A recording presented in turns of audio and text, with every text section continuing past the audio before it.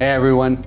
The April job numbers have come in and it looks like we're in the eye of the storm here. The US economy shed 20.5 million positions last month, which is on top of the 870,000 jobs lost in March. In effect, in the span of 2 months, the US has given up 10 years of job gains. In this video, I'm going to break apart the jobs numbers a bit and offer some brief insights on what it means for commercial real estate. Now, it's no surprise that the two segments hit hardest by this have been leisure and hospitality as well as retail. Compared to February, before the health crisis truly hit the economy, the total number of people working in leisure and hospitality has fallen by 48%. That's a loss of about 8.2 million jobs. The retail sector faced more modest losses, but they're still very significant. Job losses in this subsector totaled 2.1 million positions,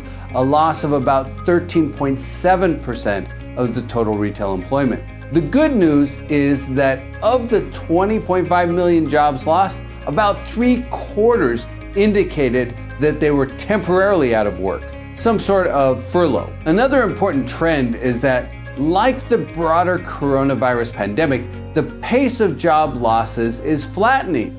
Although first-time unemployment claims are still very high by historical standards, they have come down significantly over the last 5 weeks. In the last week of March, nearly 6.9 million people claimed unemployment. In the first week of May, that number was down to about 3.2 million. This is still 5 times worse than any week of the global financial crisis, but at least it's moving in the right direction. While the significant job losses are a major issue, they're really just a symptom of the economic shutdown. And once the economy reopens, the recovery of at least a portion of the positions should come back pretty quickly. However, between now and then, there is a significant gap that needs to be covered, and the stimulus package is designed to help with that. The top issue over the short term, however, is rent collections. Apartment rent collections for May look pretty good. They're really actually just a few percent off of normal.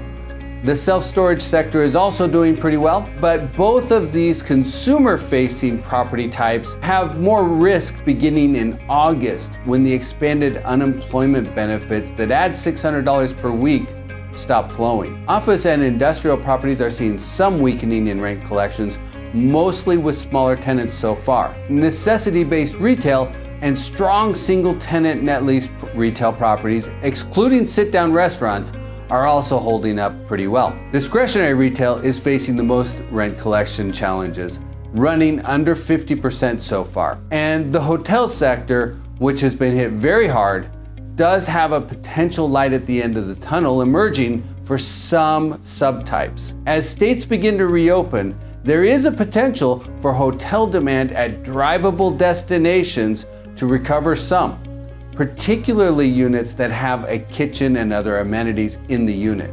So it's hard to consider this when all of the metrics are so negative right now, but the economy and real estate are pushing through. Several states are beginning the cautious process of reopening, and as that progresses, the economy should begin to repair as long as we don't trigger the second wave. Given all that, we are beginning to see the possibility of getting to the backside of the pandemic, and the long-term demand drivers for most types of commercial real estate will begin to come back into play. Remember, keep your eyes on the horizon.